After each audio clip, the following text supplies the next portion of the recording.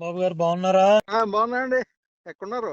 ఏదో యూట్యూబ్ లో మీ ఎమ్మెల్యే గొప్పతనం కనపడితే మీరు గుర్తుకొచ్చారు నాకు.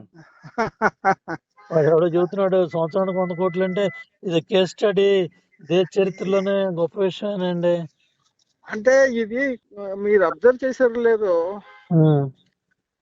అసలు వ్యవస్థ మనం ఉన్నప్పుడు లేదండి. అలాగే ఇప్పుడు ఎమ్మెల్యేస్ అంటే రాంబాబు గారే కదా పెట్టింది, రాంబాబు అని అడిగాను. కాదండి, జనరల్ గా ఎవరి వ్యవస్థ బాగోలేదండి. ఉమ్. జిల్లాలో ఒక మొత్తం ఫ్యూ అంతా ఎందుకు 1 year లో చెడ్డ పేరు తెచ్చుకుంటున్నారు? ఇంకా 4 ఏళ్ళు ఉంది కదా. 4 ఏళ్ళు ఉన్నా చెడ్డ పేరు తెచ్చుకోవడం ఏంటండి? అసలు 4 ఏళ్ళు వదిలేయండి, అసలు పార్టీకి ఎంత డ్యామేజ్. ఇతనే కాదండి, ఈ పార్టీ ఆ పార్టీ కాదులేండి. మీరు మీరు మీకు తెలుసు కదా. అవును. చాలా డ్యామేజ్ అండి. ఏదో ఇతను ఇతను ఇంకో రకంగా తయారయ్యాడు. నా దగ్గరకు వచ్చినప్పుడు కేకలేస్తా ఉంటాను, ఏంటి నువ్వు అని కేకలేస్తా ఉంటాను. కొంత ఈ అల్లరి ఎక్కువ జరుగుతుందండి. ఉమా గారు ఎక్కడున్నారండి? నేను రాజమండ్రిలో కేసు ఉంటే కోర్టులోకి వచ్చాను. రాంబాబు గారు ఎట్లా ఉన్నారు ఏంటి యూట్యూబ్ లో చూసి ఆశ్చర్యం వేసి రాంబాబు గారు చేయండి అన్నారు. అంటే ఆ రోజు మీరున్న కష్టపడి తీసుకొచ్చి పెట్టారు, మన రాంబాబు గారు చేశారు.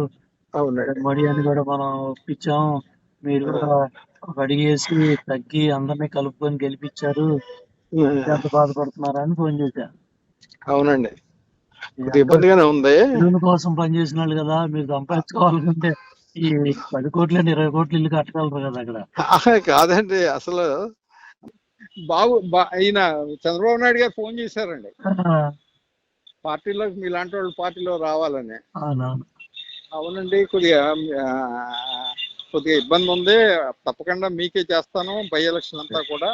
నాకు ఎందుకంటే గుర్తు, ఆ రోజు రాంబాబు మీ దగ్గర తీసుకొచ్చాడు, మనం కలిసి కూర్చున్నాం మడి ఏంటి అదే అందుకని గుర్తుకొచ్చి రాంబాబు అయినట్టున్నాడు అని చేశాను. అవునండి, కలుద్దాం. మీరు ఫోన్ చేసినప్పుడు కూడా నేను చేసి పెట్టాను కదండి. అవునవును చెప్పాను నాకు. మీరు ఫోన్ చేసినప్పుడు అదేం చేశారు ఈ ఎదవా ఎవడండి, ఆ సోమబాబు అన్నవాడు. అవును, ఆడు నేను ₹1 తీసుకున్నాను పెట్టాడు. ఆడు జైల్లోకి వెళ్ళిపోతామంటే కాపాడినోడు నేనండి. తెలుసు నాకు, అన్ని తెలుసు. పట్టించుకోమండి, ఇబ్బందిగానే ఉంది. కోసం పనిచేసిన